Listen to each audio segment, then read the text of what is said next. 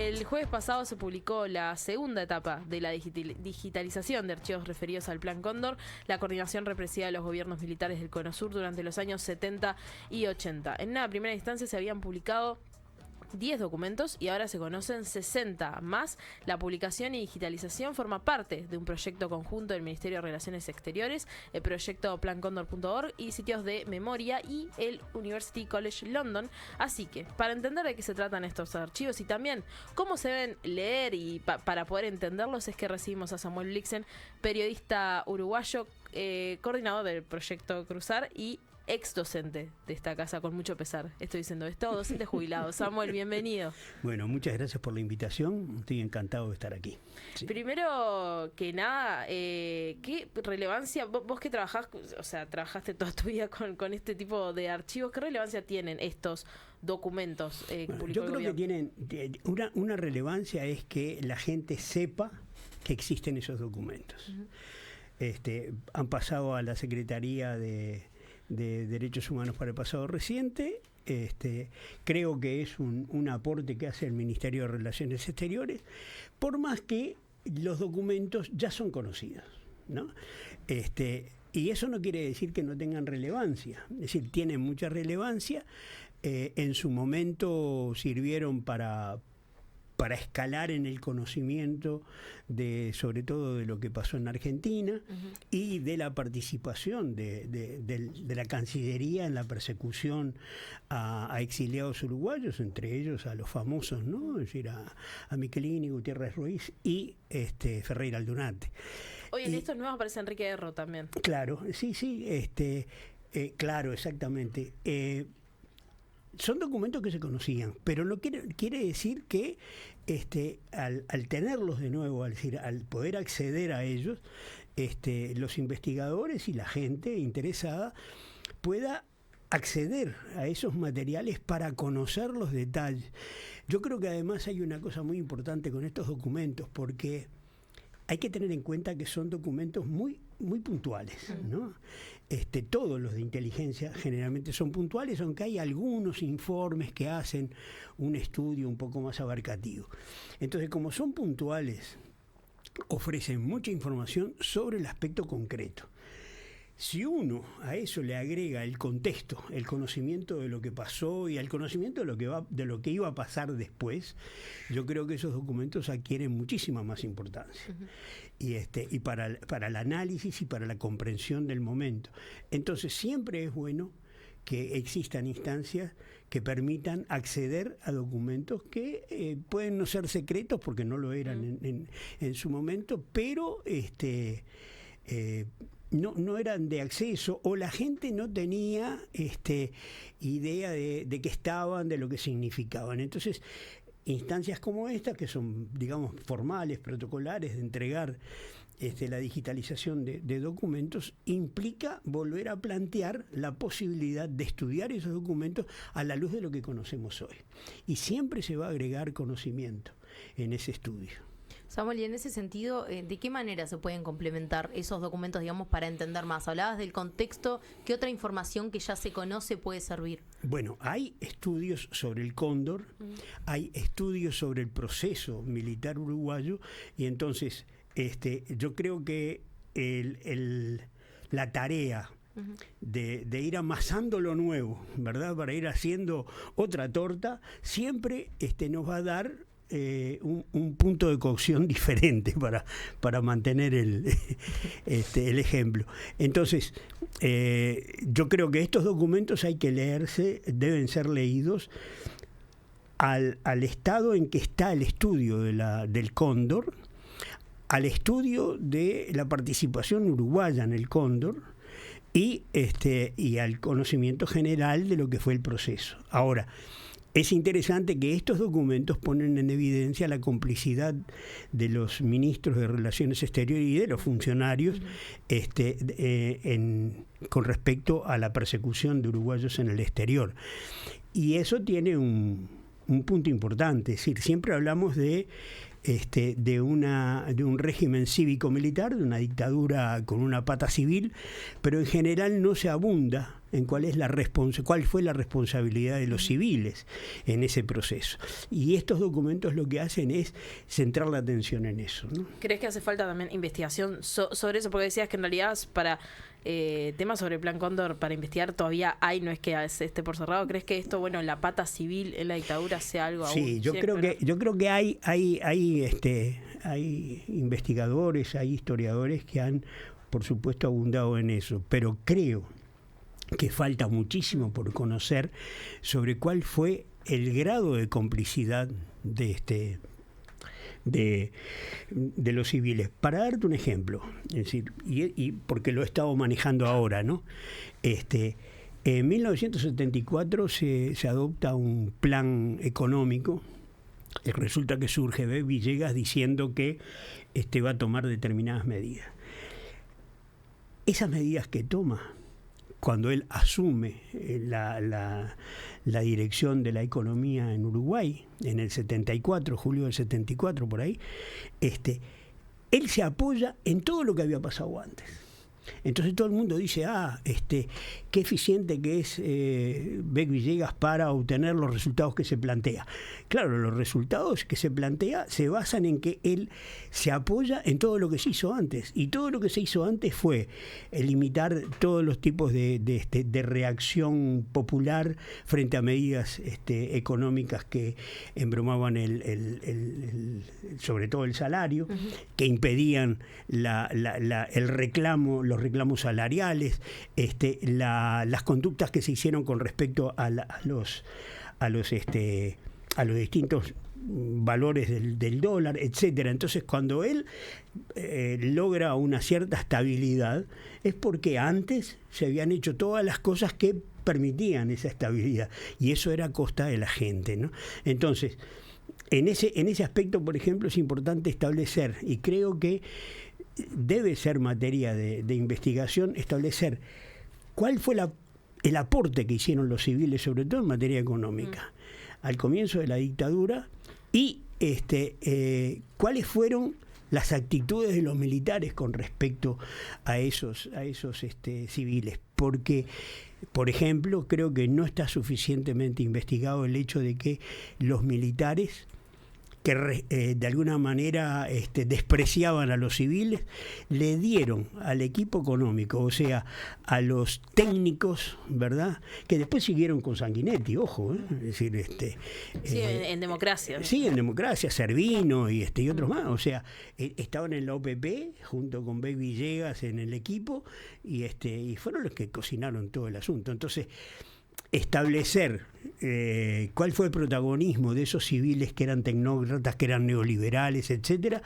es importantísimo para saber cómo la dictadura, que en otros aspectos era muy rígida, en temas económicos dejó que se hiciera, ¿no? Bueno, yo creo que estos documentos son parte de una historia de la responsabilidad civil con la dictadura, ¿no? Y pueden también brindar información, pienso en esto que traes, con respecto a cómo fue el proceso posterior, ¿no? Cuando se vuelve a la democracia, cuando asume Sanguinetti el gobierno, y vos decías, hay algunos actores civiles que siguieron formando parte de ese gobierno de Sanguinetti. Entonces, de esto de alguna manera nos puede dar también un panorama de por qué se tomaron ciertas decisiones en el primer periodo de democracia luego de la dictadura. Sí, yo creo que ese es otro, es decir, en el análisis de la figura y de la participación de Sanguinetti en todo este proceso en la dictadura y en la democracia, es decir, en las primeras etapas de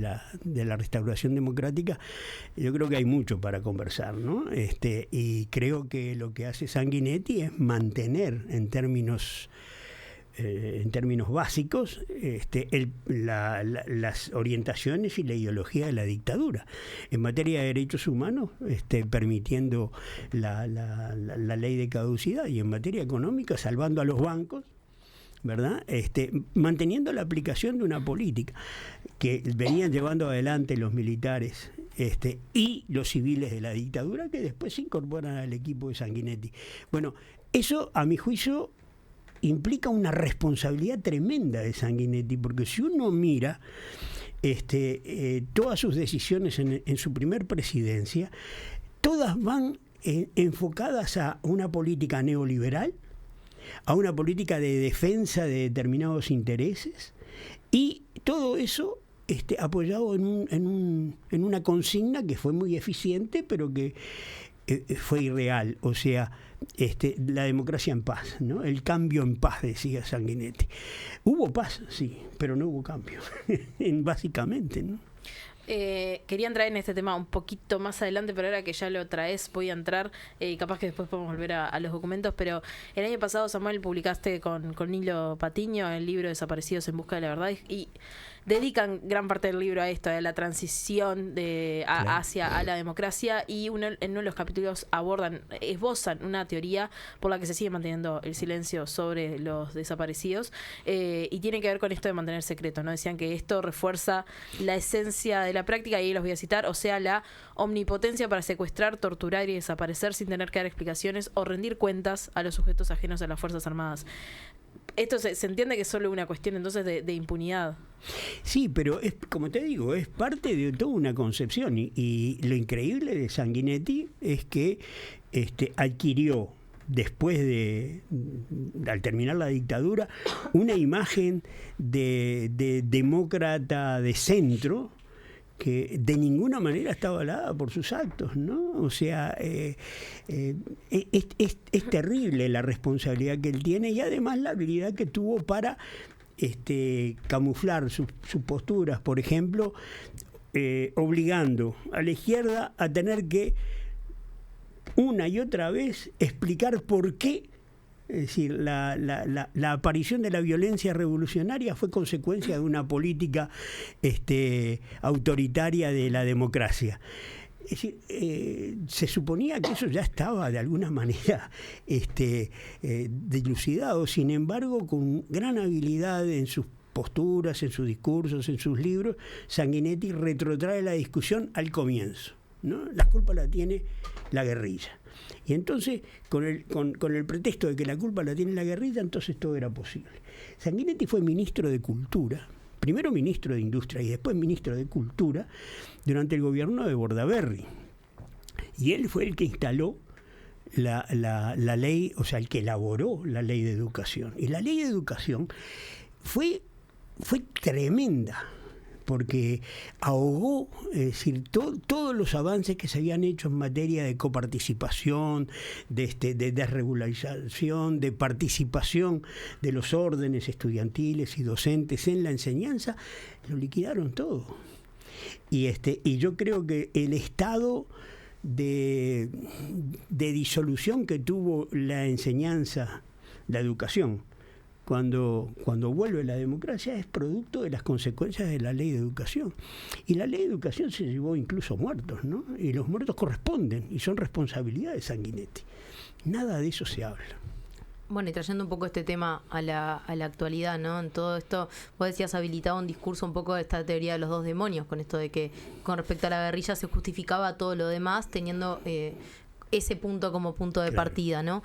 Que el gobierno que tome la responsabilidad de publicar estos documentos, de hacerse cargo de llevarlos, digamos, al ámbito público, ¿de alguna manera desmantela este relato de los dos demonios? No, yo creo que no. Creo que se necesita muchísimo más. Uh-huh. Creo que, la decisión política de entregar estos documentos tiene un valor positivo, pero es decir, deberíamos por otra parte establecer qué grado de valor tiene ese paso. Yo creo que es un paso muy pequeño, ¿no? O sea, creo que, y esto ya tiene que ver con otros temas de la política de derechos humanos. Uh-huh. Yo creo que hasta ahora no ha aparecido un solo gobierno desde la restauración democrática que haya tenido voluntad realmente de averiguar qué fue lo que pasó con los desaparecidos y con las responsabilidades civiles y militares de esos atropellos, de esas barbaridades, ¿no? Y bueno, se manifiesta en todo, se manifiesta en el no avanzar en el conocimiento, se manifiesta en una política que sigue, digamos, de alguna manera dejando atrás a la justicia. O sea, ¿cómo averiguamos ¿Qué fue lo que pasó con los desaparecidos? Si tenemos un fiscal que tiene 3 personas con las cuales trabaja para todos los casos. O sea, eso revela, a mi juicio, que no hay, digamos, una conciencia de que hay que tomar medidas en todos los planos para poder dotar a quienes investigan de los elementos para poder descubrir. Esa es mi opinión. A tu juicio, ¿cuál debería ser la primera medida que tome un gobierno que realmente esté comprometido con la búsqueda de justicia? Reclamar a los mandos que den la información. Esa sería la primera medida de base. Sí, claro. Y reclamarla en tanto el presidente es comandante supremo de las Fuerzas Armadas. Uh-huh. O sea, es un gesto militar. Y yo creo que se puede hacer. Bueno, eso también me lleva un poco a, de nuevo, voy al libro que habla mucho de esto, de la tutela perenne que hay que tiene el poder militar, o sea, y que sigue hasta el día de hoy, ¿no? ¿Cómo se manifiesta esto? ¿Crees que se manifiesta en esto de que un presidente no pueda dar la orden a las Fuerzas Armadas, sea quien sea? Ese es otro tema, muy complejo para discutir, ¿verdad? Yo creo que no hay voluntad política, y no hay voluntad política, entre otras razones, porque hay décadas, sobre todo en la izquierda, de una actitud que ha sido muy temerosa, muy, ¿cómo te diré?, de poco alcance. O sea, si tú ves toda la historia de la participación de la izquierda en sus gobiernos y en la oposición con respecto a este tema, es decir, nunca hubo un compromiso para romper aquellas cosas que te impedían caminar. Y entonces eso implica, de alguna manera, un condicionamiento. Entonces, los nuevos gobiernos del Frente Amplio, ¿qué van a hacer? Van a tomar medidas que de hecho van a dejar en evidencia las vacilaciones de sus anteriores gobiernos, cuando además son los mismos grupos políticos y donde incluso están los mismos personajes. O sea, para no hablar de los que están vivos, vamos a hablar de que está muerto. Es decir, Mujica. Sí, cuando uno termine de decir, qué bien Mujica, y empieza a mirar lo que hizo en materia de derechos humanos, es tremendo. Uh-huh. Es tremendo. Entonces, bueno, es decir, ¿qué hacemos? ¿Hacemos lo que Mujica decía que no había que hacer? Vamos a estar cuestionando a Mujica.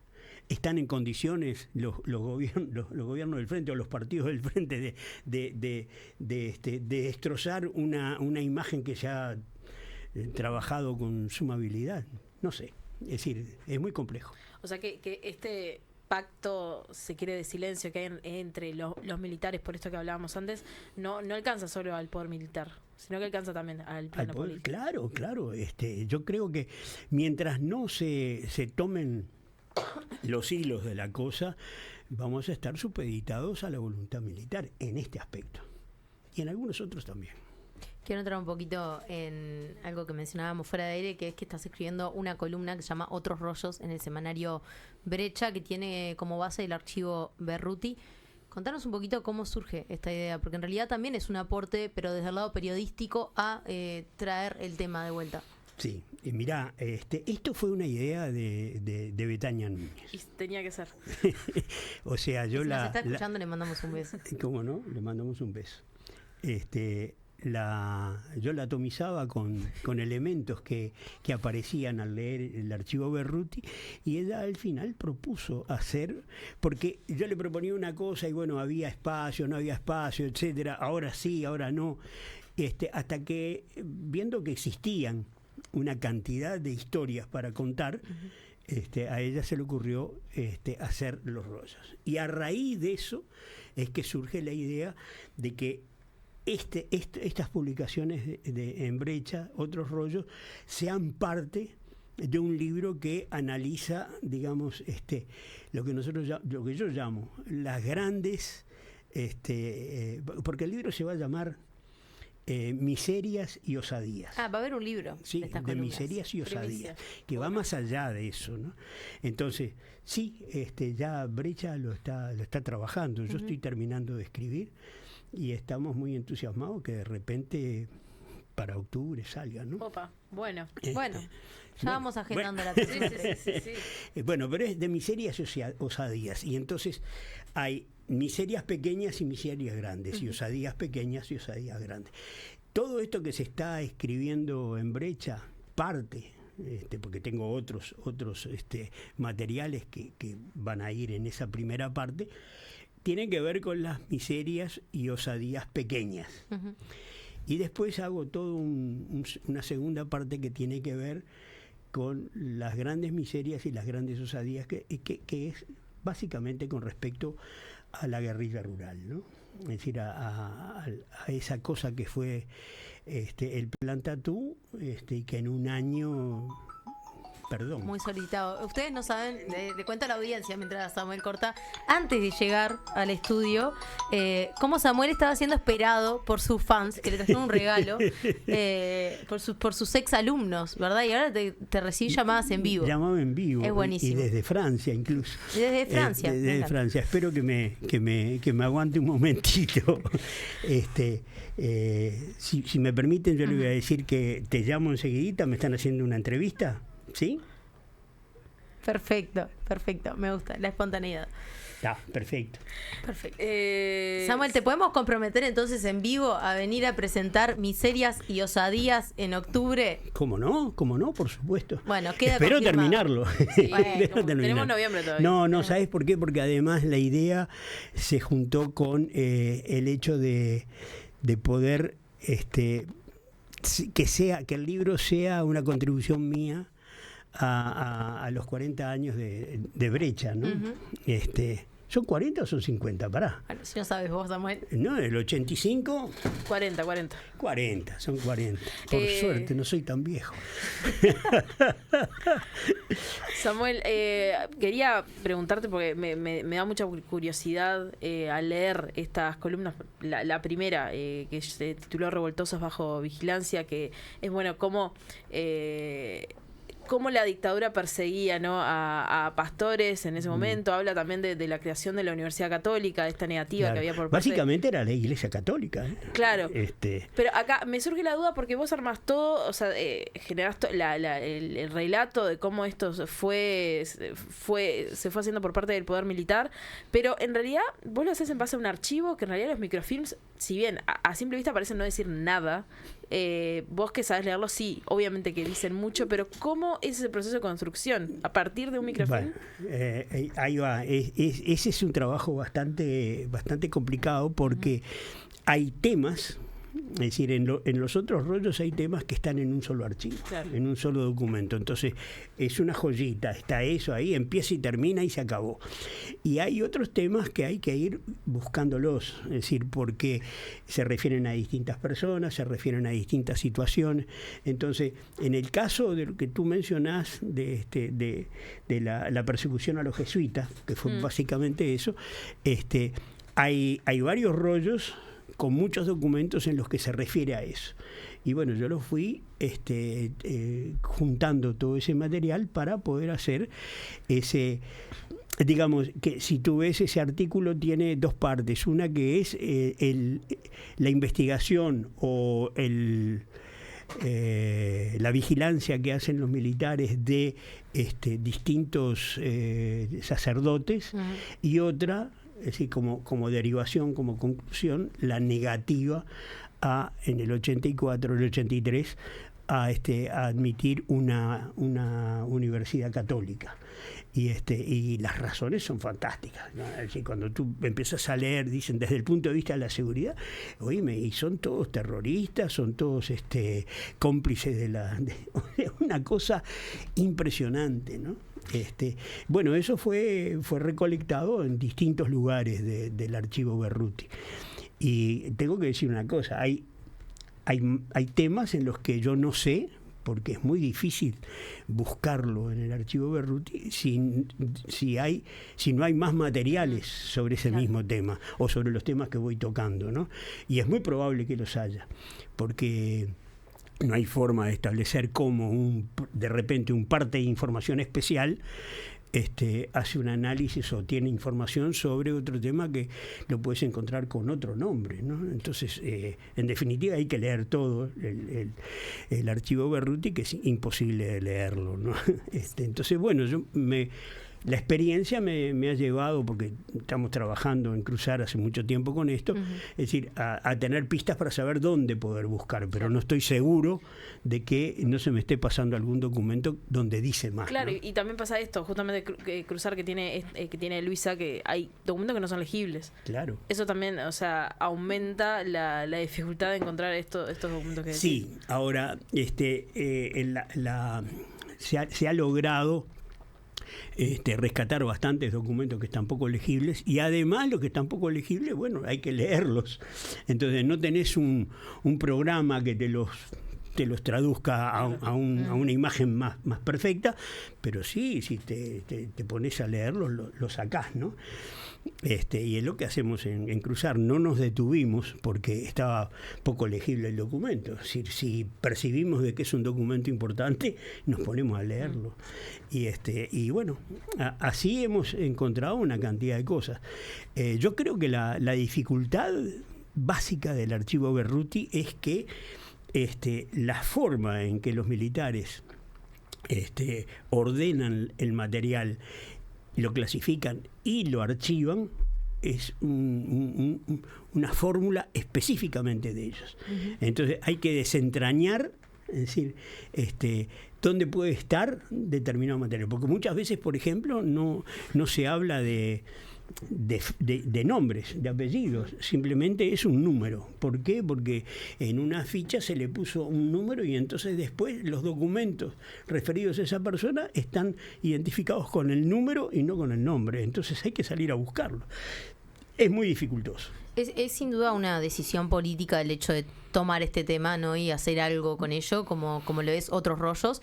También lo es que sean de lectura libre y que cualquier persona pueda acceder. Sí, yo creo que es a esta altura es evidente de que incluso la información, vamos a llamarle sensible, no afecta a la sociedad, no afecta a la gente. O sea, nosotros no conocemos hasta ahora ningún caso de gente que se haya metido en el archivo Berruti para sacar trapos sucios y exponerlos. No ha habido. ¿Y qué llamamos trapos sucios? Esa es otra cosa. Es decir, ¿qué son? ¿Declaraciones de detenidos? Bueno, hay que ver en qué condiciones fueron dadas esas declaraciones. Entonces, el hecho de que las declaraciones puedan servir para comprender determinados episodios no implica que uno tenga que tener un juicio de valor sobre esa persona. Y creo que la sociedad eso ya lo ha entendido. Entonces, nadie anda a la búsqueda de gente que cantó, por ejemplo, ¿no? Y yo, mirá, para el libro justito encontré una frase de Sendik que es fantástica, porque cuando llega al penal de Libertad, después del tiroteo que le rompió la mandíbula y todo lo demás, y llegó en febrero del 73, y le dijeron que había gente que había hablado y que por lo tanto objetivamente eran traidores. Y él dijo: de ninguna manera, objetivamente son flojos. Y hay que ver por qué fueron flojos en la tortura. O sea, hay una dimensión y una comprensión del fenómeno que elimina todo eso de cantó o bancó o lo que fuera. Y entonces esas son historias que no afectan a la comprensión de los fenómenos. ¿Me explico? Yo no he conocido hasta ahora nadie que se haya dedicado a enchastrar gente. Y los archivos están porque están en internet, o sea que cualquiera puede entrar y hacer lo que quiera, ¿no? Sin embargo, no ha ocurrido, y eso me parece que es fantástico, porque en última instancia lo que la gente quiere es conocer. Traía esto de la decisión política por una cuestión del valor que tiene, ¿no? Del aporte desde el periodismo para con la sociedad, ¿no? De volver a hablar del tema y hablarlo como se debe hablar, ¿no? Con la responsabilidad que hay que hacerlo. Entonces, ahí como quería consultarte también, ¿cómo elegís qué historia contar? ¿Cómo qué, perdón? ¿Cómo elegís qué historia contar? Con bueno, toda la información que hay. Mirá, porque eso también es una decisión política. En esto yo me puse una norma para otros rollos y para lo que viene. O sea, yo menciono a las personas por el alias que tenían en el funcionamiento. Uh-huh. Eso con respecto a las víctimas, con respecto a los prisioneros, con respecto a los torturadores, pongo en la medida que puedo, pongo el nombre. Y digo, fulano de tal hizo tal cosa. O sea, torturó, que mató, lo que fuera. Y tomo como medida el hecho de que, bueno, yo identifico a la persona por un alias. O sea, es Fernando, es Pedro, es Aníbal, no importa. Y lo que hago es contar el episodio. Y bueno, no creo que nadie se pueda sentir de alguna manera afectado por eso. Y por otro lado, esas historias revelan hechos hasta ahora no contados de situaciones terribles que hemos vivido, ¿no? Hay documentos, todos los documentos que tienen que ver con los interrogatorios o con las detenciones, empiezan diciendo por informaciones proporcionadas por los detenidos. Y uno después ve lo que pasa. Y entonces uno dice, ¿pero es que acaso los detenidos dieron esa información alegremente? No. Está claro que detrás de esa frase, por información brindada por los detenidos, hay episodios tremendos de tortura. Pero tremendos de tortura. O sea que lo que revelan los documentos militares es que todo el avance de la represión fue en base a la tortura sistemática, ¿verdad? A la tortura no solamente sistemática, sino además en el tiempo, mantenida en el tiempo contra los detenidos. Y eso no invalida los hechos, pero sí nos dicen cuál es la responsabilidad del ejército y por qué el ejército fue tan efectivo en eso. Y yo creo que entonces lo que plantea es que la tortura, y lo conocemos por otros episodios, ¿verdad? Incluso en la Unión Soviética con los disidentes y en Cuba cuando antes de la revolución, bueno, en todos lados nosotros conocemos la perversidad de la tortura. Entonces, ¿cómo es posible reducirlo a un problema ideológico? Es decir, la tortura es un fenómeno que tiene múltiples dimensiones y que tiene que ver con... Cada individuo es un universo y cada individuo reacciona en forma distinta, siempre con respecto a una acción sistemática y permanente de destrucción del individuo. Es decir, esa es la tortura. Entonces, yo creo que lo que sí debemos asumir es que ese fue el papel de la tortura y por eso aumenta la responsabilidad de quienes lo hicieron, ¿no? O sea que en el universo de los derechos humanos, la tortura sistemática, complementada con las violaciones, con las presiones, con las delaciones, etcétera, es decir, es el punto medular de toda la historia reciente, ¿no? Samuel Blixen, periodista y docente jubilado de esta casa, muchas gracias por estos minutos y esperamos ese libro que va a salir en octubre o noviembre, ¿no? Vamos a ver, esperemos que en octubre, bueno. Es decir, para cuando empiecen los... Cuando salga, Samuel va a venir. Sí, eso es lo único que tenemos por seguro.